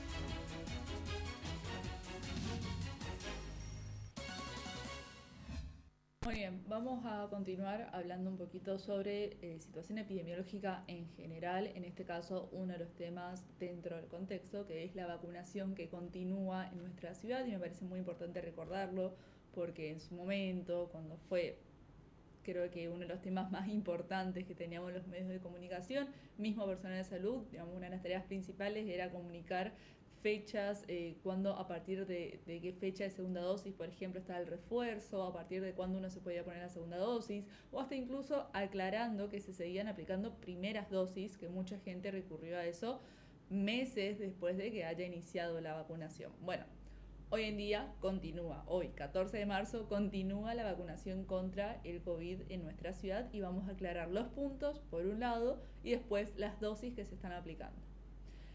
Se vuelve a categorizar como maratón de vacunación porque hace referencia justamente a esto que decíamos, ¿no? Que lo venimos diciendo realmente hace mucho tiempo, que lo que necesite vacunarse está a su alcance, ya sea en el hospital o en alguno de los SICs o de los CAPs que hay en nuestra ciudad, pero lo que usted necesita, si el tiempo, el periodo que tuvo que transcurrir ya se cumplió, se puede acercar a vacunarse. Ahora, tiene que prestar atención primero en los periodos que pasaron de poder cumplir con esa fecha que solicitan desde el sistema de salud, eso por un lado, y después el lugar, porque no se vacuna en todos lados lo mismo. Así que para eso estamos nosotros. Ahora llegamos quizás un poquito tarde, que nos sucede varias veces, ahora tenemos un poco más de plazo, pero por ejemplo, el primer anuncio que tenemos es primera, segunda y tercera dosis adolescentes de 12 a 17 años o mayores de 18, que la tercera dosis es con fecha de aplicación de la segunda hasta el 14 de noviembre en el hospital. Comenzaron a las 8 y están hasta las 11:45, digamos, tiene media hora más o menos para acercarse al hospital si es que corresponde primera, segunda o tercera dosis de 12 años en adelante hasta mayores de 18. Y tercera dosis que corresponda a la fecha de la segunda aplicación hasta el 14 de noviembre. En el hospital hasta las 11:45. Decíamos, le queda media hora todavía. Después tenemos primera, segunda y tercera dosis mayores de 18 años. La tercera dosis con fecha, si se va a aplicar la tercera dosis, la segunda tiene que ser fecha de aplicación del 14 de noviembre, igual que en el caso anterior, pero ahora en el SICSUR. Si le queda más cerca de su casa, se puede acercar al SICSUR, mayores de 18 años, primera, segunda y tercera dosis. Ahí están hasta las 12. Ahora, primera y segunda dosis en niños de 3 a 11 años están en el SIC Norte de 8 a 12 horas. También tiene un buen ratito para acercarse si es que ahora se está enterando de que se está vacunando. Después tenemos primera y segunda dosis también en niños de 3 a 11 años y adolescentes de 12 a 17 en el CAPS de Medalla y en el CAPS de Belgrano de 8 a 11:30, ahora faltan unos 15 minutitos, están desde las 8 de la mañana, y o si no, se puede acercar al CAPS de Sarmiento, que están hasta las 17 horas. Repito, en este último caso, tanto en el CAPS de Medalla como en el Belgrano, que están hasta las 11:30, como en el CAPS de Sarmiento, que están hasta las 17, se está aplicando primera y segunda dosis para los niños de 3 a 11 años o los adolescentes de 12 a 17. Claramente, como siempre decimos, DNI y carnet obligatorio y domicilio en Goya. Esto es con respecto al día de hoy, lunes. Ahí en pantalla lo habíamos más detallado de todas formas, por ahí más fácil de entenderlo. Y igual la aclaración que hacemos siempre, si quizás ahora, porque lo asumimos, digamos, llegamos tarde, nuestra programación coincide justo con el último horario que tienen algunos de los centros que en este momento están vacunando. Si usted quiere acceder más rápido a la información o enterarse a la tarde, por ejemplo, pueden ingresar al Facebook del hospital, que lo vamos a poner en pantalla también, Hospital Regional Goya, Dr. Camilo Muniaurri, y están todas las publicaciones que nosotros compartimos, la situación epidemiológica local, el tema de los maratones de vacunación y bueno, una que otra publicación que hacen desde el hospital, que es público, digamos, cualquiera puede acceder a ella. Así que bueno, un poco para recordar también que se sigue vacunando en la ciudad. Vamos a otra información. Este miércoles comienza el censo 2022. Después de 2 años se va a llevar a cabo este censo tan esperado. La nota es de la semana pasada y nos comenta las claves para completar las preguntas del INDEC, que ahora tenemos esta oportunidad, ¿no? Esta bimodalidad, si se quiere, del censo digital y bueno, el censo tradicional. Toda esta información la pueden encontrar en el portal identidadcorrentina.com.ar. Arranca este miércoles y habrá tiempo hasta el 18 de mayo, día en el que se hará el tradicional relevamiento casa por casa. Los que completan los datos de forma virtual solo deben entregar el comprobante. Desde el próximo miércoles 16 de marzo se podrá completar el cuestionario digital del censo 2022 del INDEC y habrá tiempo hasta el 18 de mayo, día en el cual se hará el tradicional relevamiento casa por casa para realizar la encuesta en forma presencial o bien pedir el comprobante de finalización a quienes lo hayan completado a través de cualquier dispositivo electrónico con acceso a Internet. El Censo Nacional de Población, Hogares y Vivienda, por primera vez en la historia, tendrá una modalidad mixta que combinará una etapa virtual con cuestionamiento digital para contestar de forma anticipada y con una instancia presencial, donde los censistas recorrerán más de 15 millones de viviendas y se estima contabilizar más de 45 millones de personas en todo el país. Desde este miércoles, quienes quieran censarse de modo anticipado podrán hacerlo a través del cuestionario digital que dispondrá el INDEC, al que se podrá acceder desde un móvil, computadora u otro tipo de dispositivo electrónico y cuyo comprobante de realización deberá mostrarse al censista que concurra al domicilio el 18 de mayo, cuando se realice el registro estadístico de modo presencial en simultáneo en todo el país. El objetivo del censo digital es ahorrar tiempo a la población y a los censistas, al tiempo que las innovaciones metodológicas y tecnológicas permitan obtener una foto más exacta de la población, informaron desde el Instituto Nacional de Estadísticas y Censos, es decir, el INDEC. Las personas que completen el formulario de manera virtual en el sitio oficial recibirán en su casilla de correo electrónico un comprobante con un código alfanumérico de 6 dígitos que deberán presentarlo el próximo 18 de mayo, decretado feriado nacional. El cuestionario online deberá ser respondido por una persona en nombre de todos los habitantes de la vivienda, por lo que se recomienda congregar a todo el conjunto familiar al momento de completar los datos para que se cumpla el objetivo de contar sin omitir ni duplicar a todas y cada una de las personas. Similar a lo que sucede cuando vienen los censistas, ¿no? Casi siempre es uno el que recibe y que responde todo lo que corresponde.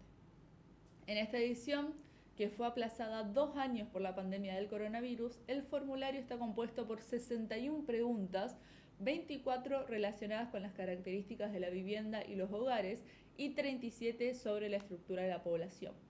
Con eje en el reconocimiento de la diversidad de la población argentina, se incorporó una pregunta sobre autopercepción de identidad de género y se amplió el alcance de la pregunta sobre autorreconocimiento étnico, es decir, pueblos indígenas y afrodescendientes a toda la población.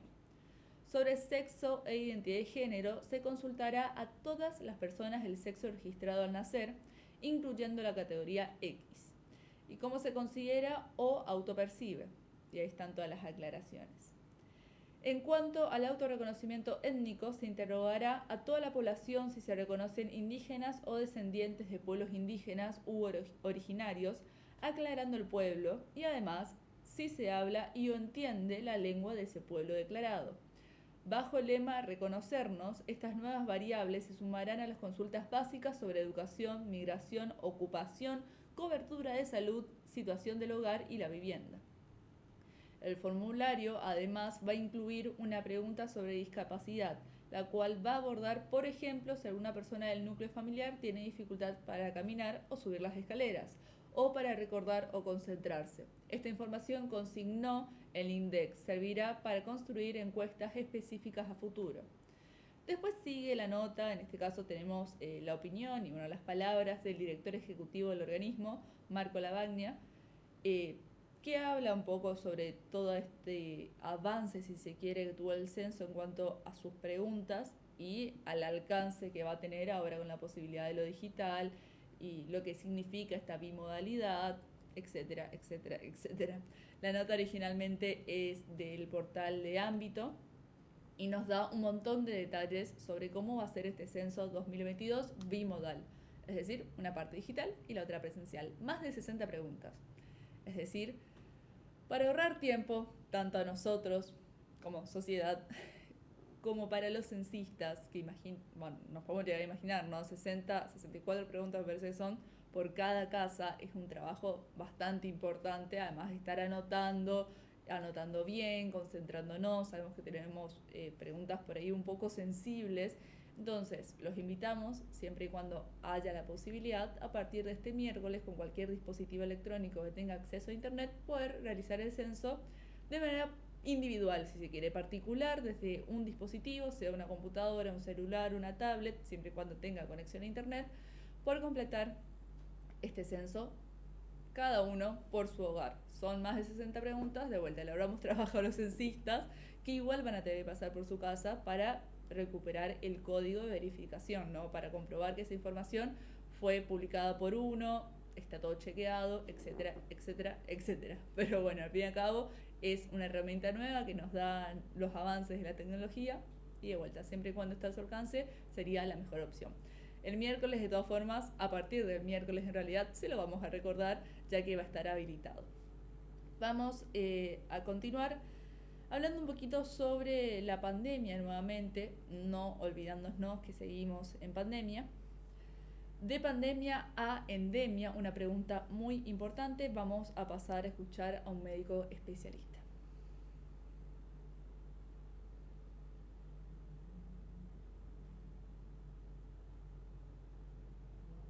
Días, la guerra, no nos podemos olvidar del coronavirus, digamos, la pandemia sigue existiendo. Ahora la pregunta es, ¿queda atrás la pandemia para que el COVID se convierta en una endemia y esto significa que tengamos que convivir con el virus mucho tiempo más? Le traslado la pregunta a Gustavo Bleber, él es director de docencia e investigación del Instituto FLENI. Gustavo, bienvenido, gracias por el contacto.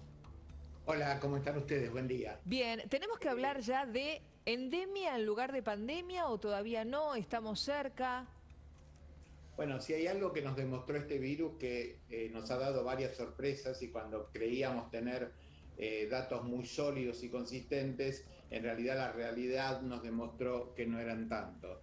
Yo siempre insisto en el mismo hecho: conocemos este virus desde el 11 de enero del 2020, hace 2 años más o menos, un poco más. Hay otras enfermedades que las conocemos hace siglos o incluso milenios.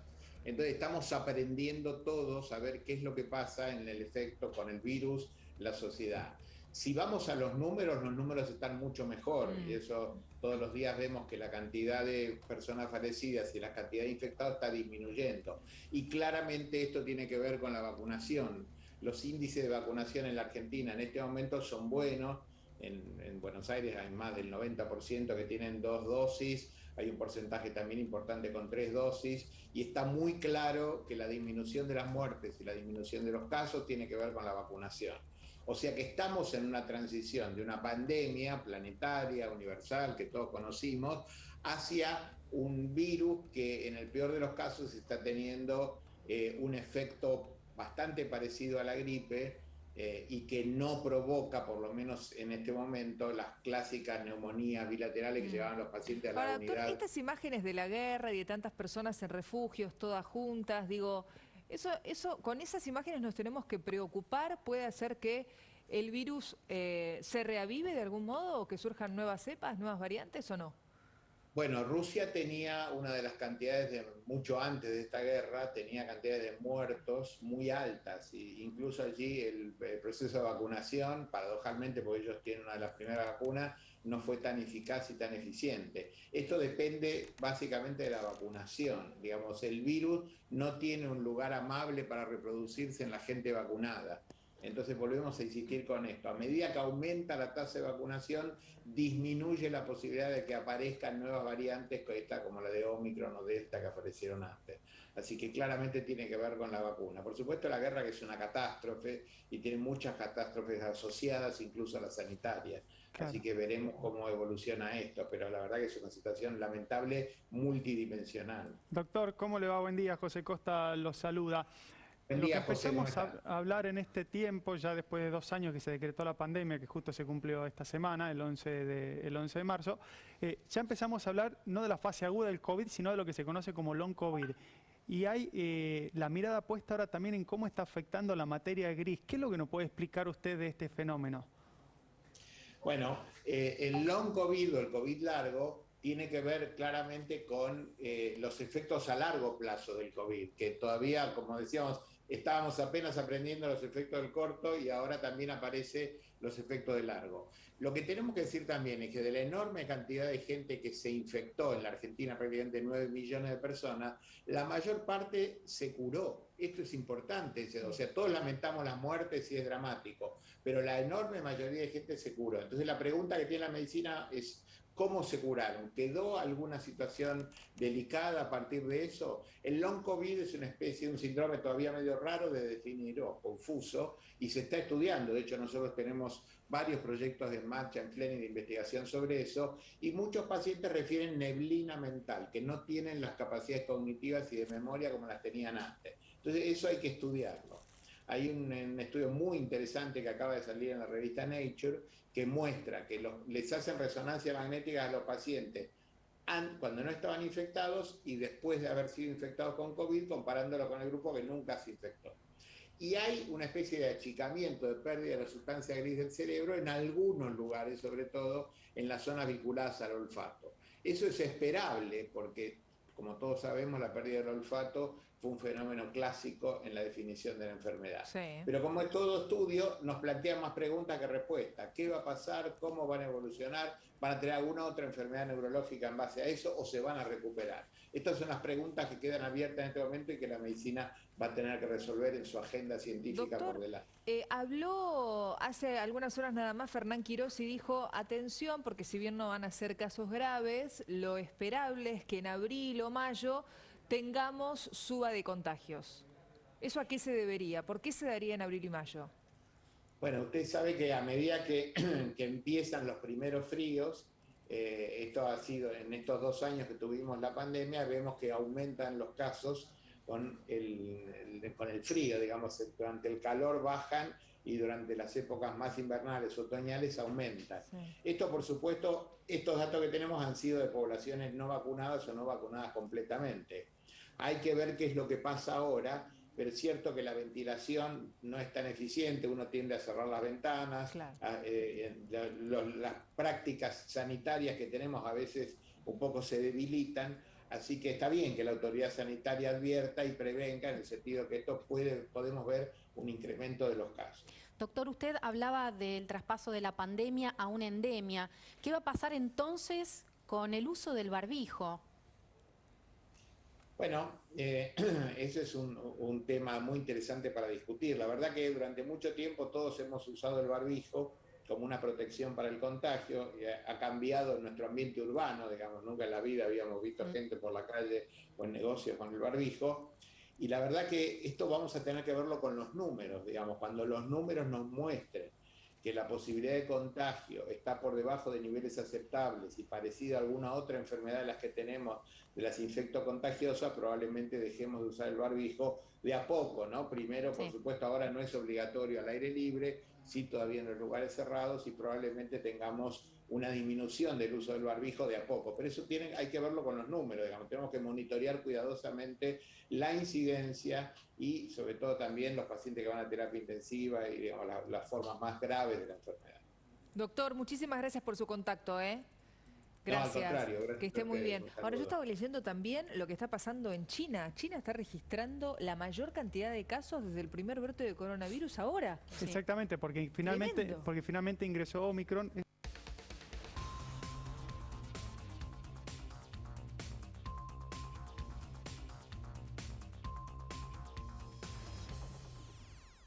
Muy bien, vamos a recordar otra nota de la semana pasada, más exactamente del viernes, por eso no la compartimos porque se publicó después del programa. Encuentro virtual sobre la emergencia ígnea y la educación ambiental. Al igual que la nota anterior, la pueden encontrar en el portal identidadcuarentina.com.ar. La emergencia ígnea y la educación ambiental fue tema tratado por el Consejo Federal de Medio Ambiente, el COFEMA, durante el encuentro virtual de los integrantes de la Comisión de Educación Ambiental de ese nucleamiento. En representación del Instituto Correntino del Agua y del Ambiente, el ICA, participó la gerente de gestión ambiental, junto a delegados de organismos ambientales de las provincias y de la nación. Durante el encuentro se trataron sobre capacitaciones para la acción ambiental, en particular fuegos de interfase. Así también se expusieron propuestas para aplicar a la educación no formal e incendios. Otro aspecto tratado fueron las propuestas para un programa nacional de la formación de red de escuelas y organizaciones de la sociedad civil para la prevención de incendios. De igual manera, se propusieron acciones varias de aplicación de la Ley de Educación Ambiental. Próximamente se va a realizar un nuevo encuentro presencial con la participación de referentes provinciales. De vuelta, una nota de la semana pasada, que bueno, como decíamos, nos explica un poco las distintas medidas, si se quiere, que se están tomando ahora post incendio, sabiendo, hemos escuchado más de un productor, más de un especialista, decir que quizás esto se vuelve a repetir. Entonces, que lo volvamos a vivir no es el problema, sino que sigamos en la misma manera como nos encontrábamos semanas antes, cuando comenzaron todos los incendios, prácticamente sin un plan armado. Entonces, ya capacitando a quienes corresponden, ¿no? Tanto productores como autoridades, en este caso referentes de asociaciones, está bueno que se comience a hablar del tema y que la sociedad misma también se empiece a capacitar sobre prevención, quizás, y llegado el hecho del caso, ver cómo se puede solucionar o en el post qué podemos hacer. Vamos a continuar hablando un poquito sobre lo que está sucediendo en el marco de los productores. El gobierno cerró las exportaciones de subproductos de soja y anticipa una suba en las retenciones. Y en realidad no puede pensar campo, commodities, ¿no? Ante una situación de guerra mundial, con toda la tragedia que implica una guerra. Las guerras tienen coletazos y muchas veces orígenes económicos. ¿Argentina algo levantará de todo eso? Vamos a hablar de eso más adelante, pero data de esta hora, que vamos a hablar con Mauricio Bartoli de Tenecampo, perdón, es que el gobierno cerró las exportaciones de subproductos de soja. Ahora es esto. Mauricio, ¿cómo te va? ¿Estás por ahí? Sí, Federico, ¿cómo te va? Buenas tardes. ¿Cómo te va? Bueno, me lo encuentro en la portada de tn.com, ahora, en Tenecampo. Sí. ¿Qué significa esto de que van a cerrar las exportaciones de subproductos de soja? Cerrar las exportaciones es la medida que anticipa que podría haber una suba de retención. Es como decir, bueno, por ejemplo, vamos a hacer la metáfora, entramos a un boliche, cerramos la puerta. Bueno, ahora la entrada en vez de valer 10 pesos, la cerramos porque en un ratito va a empezar a valer 15. Sería una especie de metáfora de la secuencia de esta medida. O sea, Sí. Lo que hizo el gobierno es comunicar oficialmente que cierra las exportaciones de harina y aceite de soja. En la historia, cada vez que pasa esto, al otro día aparece en el boletín oficial, bueno, ahora las retenciones van a subir, van a valer tanto. Es una manera de decir, bueno, cerramos la puerta para que nadie más registre las exportaciones y después, mientras preparamos, a ver cuánto cobramos de ahora en más. ¿Estos productos están subiendo su cotización desde que está el conflicto en la otra parte del mundo? Sí, es verdad, han subido, lo hemos estado informando continuamente, el aceite de soja ha llegado a niveles récord, nunca antes de la historia ha valido tanto, lo mismo la harina de soja, y la soja y el trigo, por supuesto, pero la verdad que para analizar esto en contexto real, Fede, no impacta estos dos productos sobre la mesa de los argentinos. El gobierno va a argumentar que tiene que ver con el precio de los alimentos, pero la verdad es que, vamos a decirlo en jerga común, muy poca gente puede comer harina de soja. ¿Cuánta gente puede comer milanesa de soja, digamos? No puede ser, el argumento central es de cuidar la mesa de los argentinos, pero la realidad de las cosas es que el gobierno está buscando recaudar del sector que más le puede aportar dólares, divisas a la economía. Eso es lo primero que había que aclarar, Sí. porque si no estaríamos diciendo una cosa por otra. Sí. El gobierno, obviamente, en el contexto del acuerdo con el FMI necesita mejorar las cuentas fiscales, y lo que está haciendo con esto es pensar en seguir sacando dinero del sector que más le aporta divisas y que más le puede aportar exportaciones.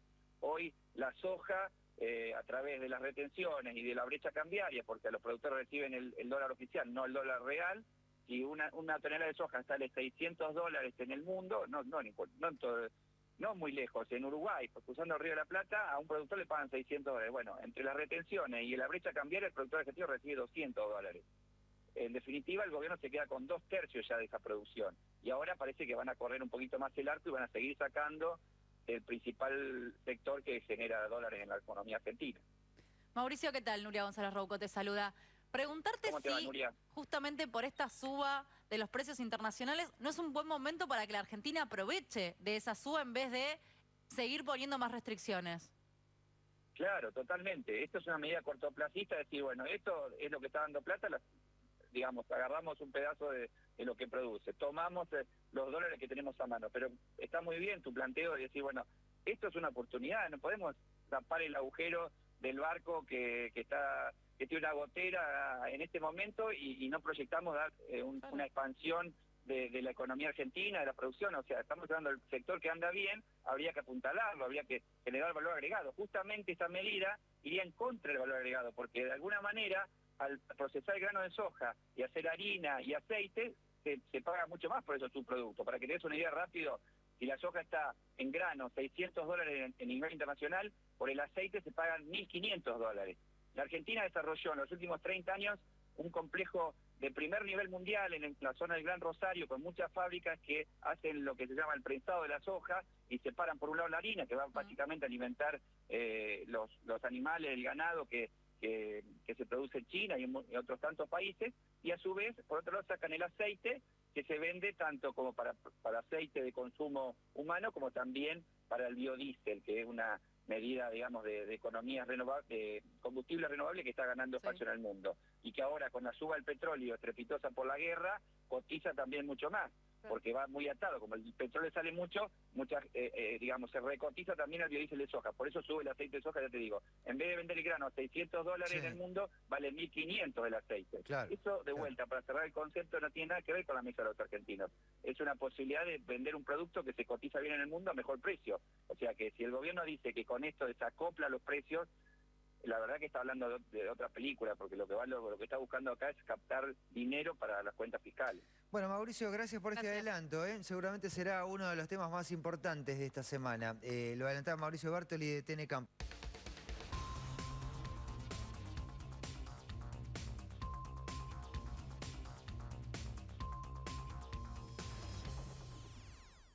Muy bien, 11:41 esta mañana de lunes y ya prácticamente para cerrar el programa estamos en comunicación ya con un amigo del canal, se podría decir, de tanto que los molestamos, con Luis Martínez, que es un joven ambientalista de nuestra capital. Buenos días, Luis, muchísimas gracias nuevamente por la comunicación. Hola, muy buenos días, Ana. No, por favor, un saludo a todos. Un placer siempre estar en tu programa. Bueno, muchas gracias y me alegro que sea un placer porque vamos a seguir en comunicación por publicaciones como la que hiciste el día de ayer, que me gustaría mucho que lo compartamos en pantalla. No voy a leer la referencia, la descripción, porque lo quiero escuchar con tus palabras. Sí esto, ¿no? De que pese a que llovió no fue suficiente, que me parece una frase muy, muy importante y muy oportuna más que nada para iniciar esta entrevista. ¿Por qué no fue suficiente la lluvia? Bueno, la verdad es que muchos estuvieron contentos, ¿no? Porque parecía gran volumen lo que llovió, pero llovió sí en algunas zonas donde no hacía falta que llueva, pero bueno. Como acá, como en Goya.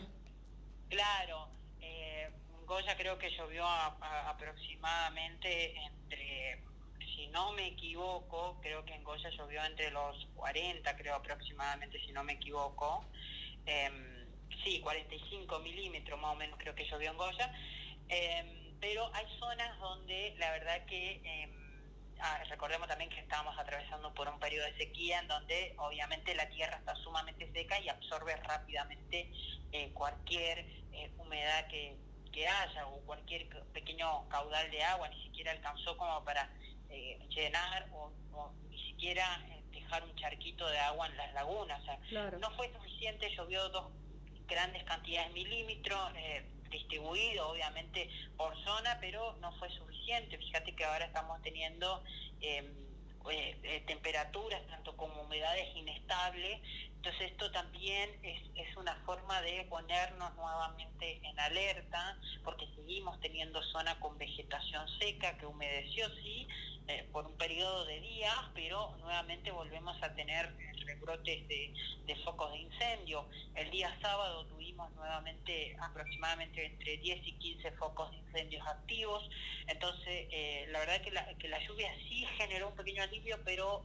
no fue suficiente y creo que todavía hay que seguir esperando para que haya más precipitaciones favorables y sobre todo que caiga gran volumen de lluvia para que pueda así tratar de apaciguar la situación. En este momento estamos todavía en alerta, pese a que obviamente estamos con zonas despejadas, estamos con algunas fresco, pero seguimos estando en alerta. Claro, Luis, antes de hablar sobre los focos ahora activos, cuál es la situación, me gustaría seguir hablando sobre el tema de las precipitaciones, más que nada resaltando que nosotros la semana pasada decíamos que, por ejemplo, el 8 de marzo, que fue martes, claro, Día de la Mujer, llovió más que durante los meses de enero y febrero. Digamos, en un día solamente cayó más agua que en 2 meses. Quiero saber qué te representa y qué nos representa, ¿no?, esta situación. Bueno, como bien dijiste, llovió casi 2, en solo en un día cayó grandes cantidades de volúmenes, obviamente calculado aproximadamente la lluvia que no cayó en 2 meses. Sí. Son volúmenes de agua, volúmenes de precipitaciones que cayeron, que bueno, en zonas donde no se necesita, por ejemplo en Capital cayó gran volumen que por ahí no se necesitaba, pero bueno, hay zonas donde estamos teniendo esa inestabilidad de precipitaciones y los cambios de regímenes, ¿no?, de precipitaciones, que creo que lo habíamos mencionado, que son obviamente las influencias del cambio climático, y creo que también tendremos que ir adaptándonos a esta nueva cambio de regímenes que obviamente impone la naturaleza, porque recordemos que no solo acá estamos hablando de periodos de sequía, de altas temperaturas, sino también estamos hablando de factores ambientales que obviamente fueron alterados y siguen siendo alterados, y que obviamente también tenemos que ir adaptándonos a estos nuevos cambios de regímenes y estar preparados ante esta situación, y que no va a ser ni la primera ni la última vez que vamos a seguir atravesando por estos periodos secos, y que bueno, que hay que estar preparados sobre todo para poder mitigar estos efectos.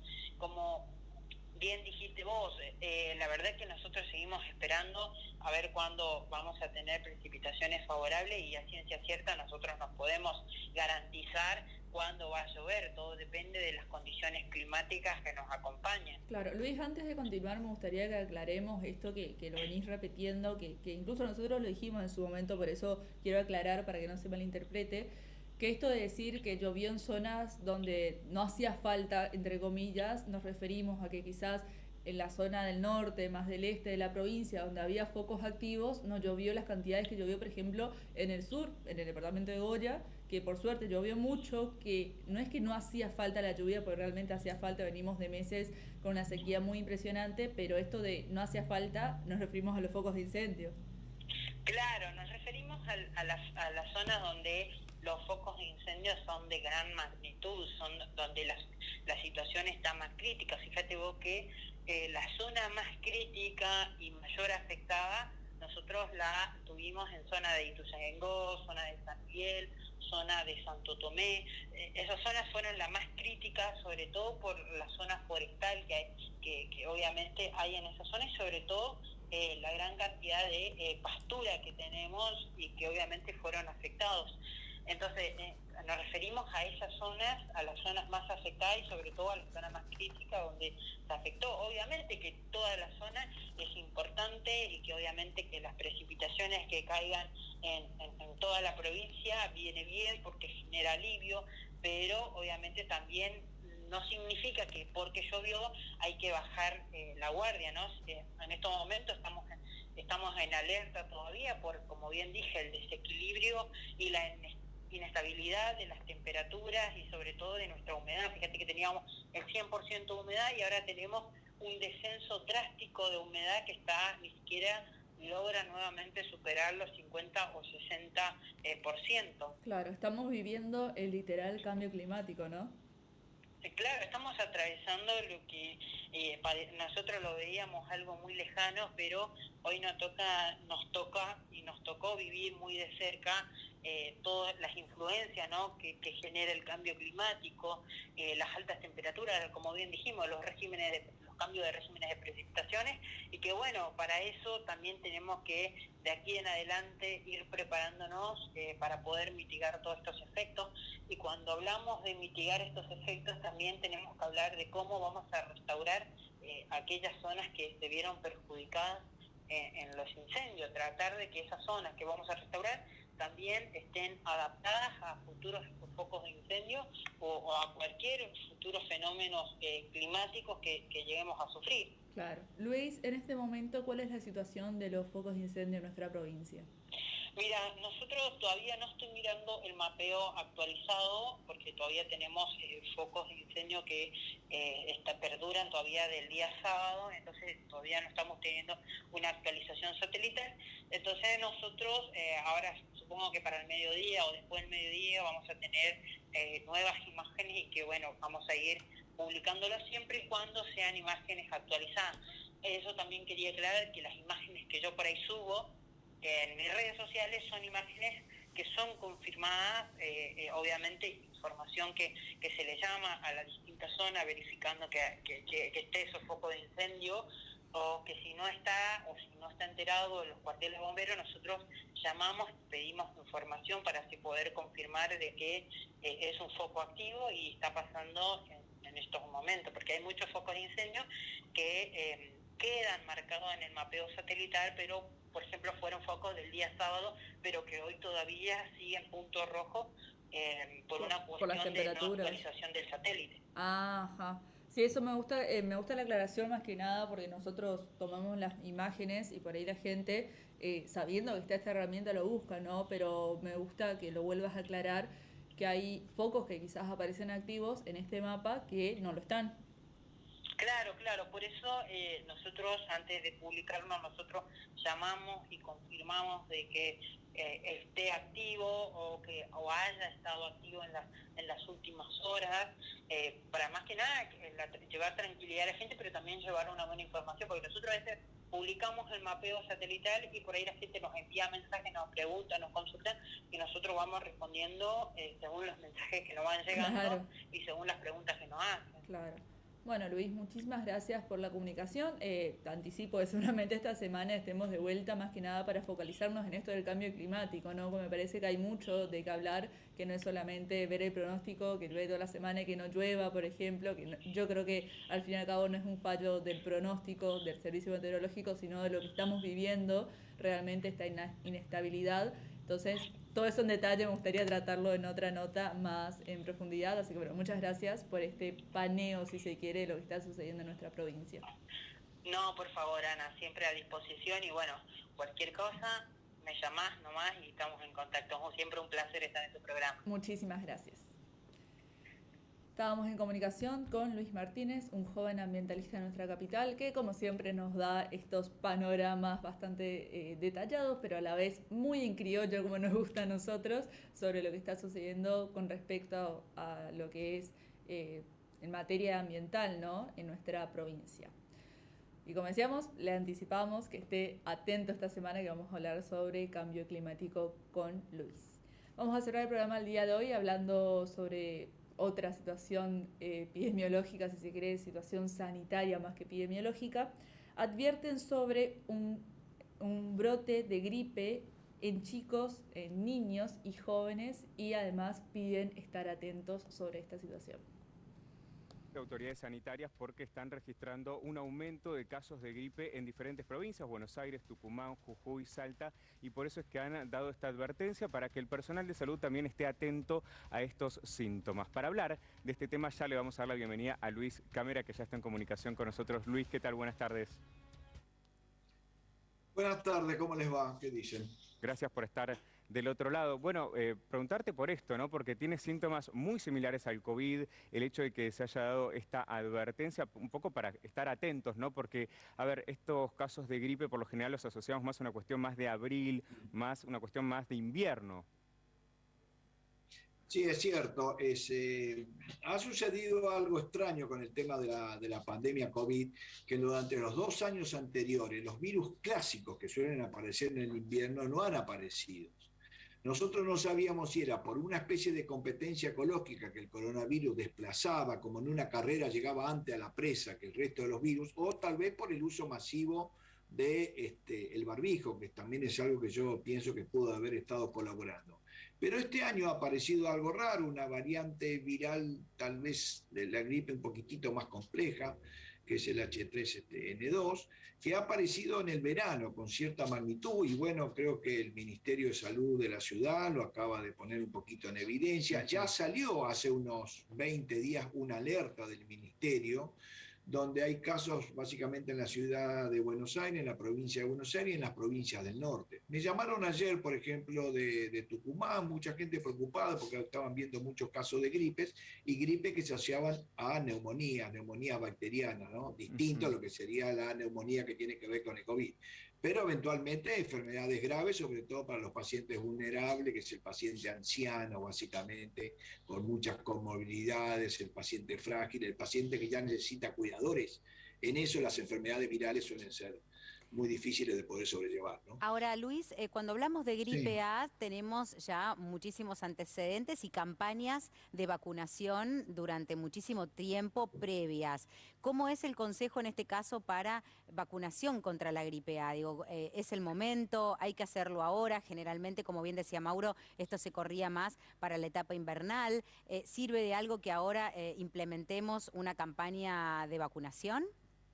Sí, ya están de alguna manera puestas las alarmas un poco puestas como para poder anticipar en la medida la campaña de vacunación, que generalmente era a fines de marzo, principios de abril, porque suelen ser virus de segunda mitad del otoño y del invierno. pero evidentemente se ha adelantado un poco. No sabríamos decir exactamente por qué, pero bueno, habrá que adelantar, sobre todo la población frágil. Yo ya te diría, porque ahora, como se está terminando, entre comillas, la pandemia, el modo pandemia, digamos, no la pandemia sigue estando, del COVID, yo ya vengo diciendo hace tiempo que a los pacientes míos, que son frágiles, que tienen dificultades, yo ya les recomiendo, por ejemplo, el uso del barbijo. Aunque a lo mejor dentro de X cantidad de tiempo dice, bueno, podemos no usar el barbijo, yo haría, digamos, el método oriental. Viste que nosotros siempre queríamos que los orientales usaban barbijo por un patrón cultural. No era por un patrón cultural, era por sabiduría. Sabían que los virus se transmitían por vía aérea y el barbijo te protege. Así que yo trataría de ver, bueno, cuándo se ponen los planes de vacunación y a la población vulnerable, más allá de lo que suceda con el COVID, cuando llega el invierno, que se ponga el barbijo. Ahora, Luis, ¿podemos hablar de algún síntoma distinto al del COVID? Digo esto porque escuché a algunos médicos mencionar, por ejemplo, que los primeros días se está registrando temperaturas superan los 38 grados y quizás con el COVID, bueno, esto se registra más al tercer o cuarto día y no tanto al principio. Sí. Sí, la gripe súbitamente fiebre muy alta en términos generales. Yo tuve varios episodios de gripe, así que te lo puedo decir.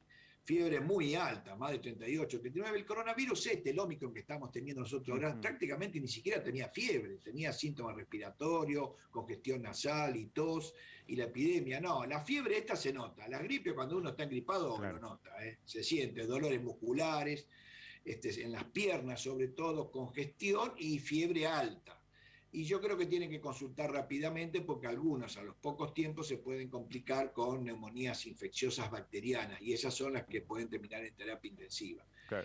Ahora, te vuelvo a decir, esta es una alerta media un poquito temprana porque este virus apareció un poco antes. Nadie te puede saber decir por qué apareció antes, pero bueno, hay que estar un poco preparado. Y sí, por otro lado, te vuelvo a decir, más allá de lo que vaya a pasar con el COVID, que a lo mejor en pocos días se pueda llegar a decir, bueno, no hace falta tanto el uso del barbijo, vuelvo a insistir con este tema, yo creo que la población vulnerable tiene que seguir usando el barbijo.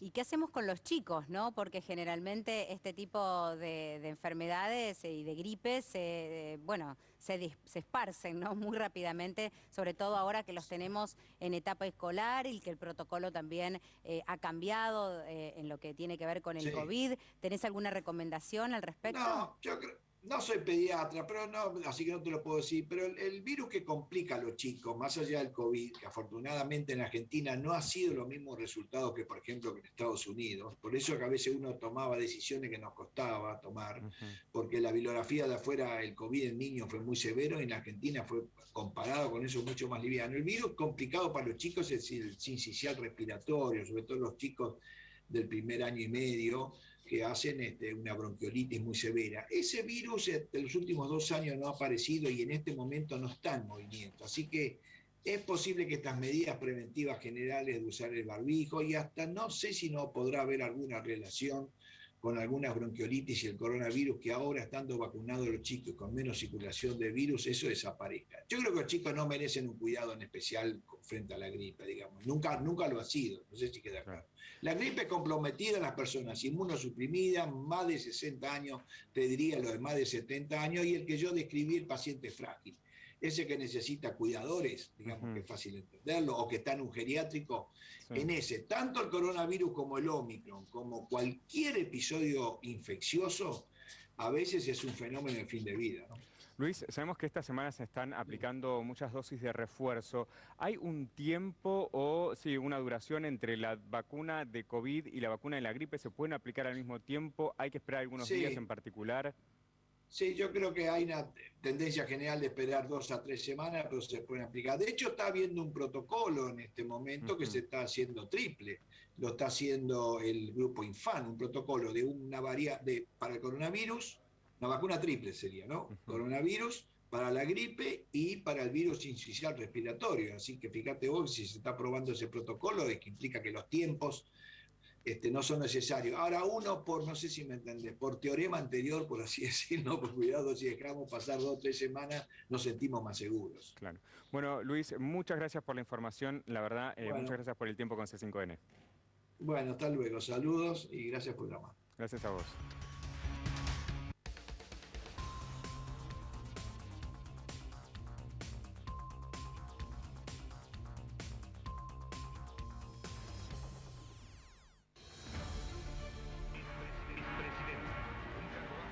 asesinado por el pueblo desde el juramento hasta el poder. Vencidos y vencedores. Solamente un pueblo que marcha hacia su lado. Usted como tal es un incógnita desaparecido, es un desaparecido. No tiene...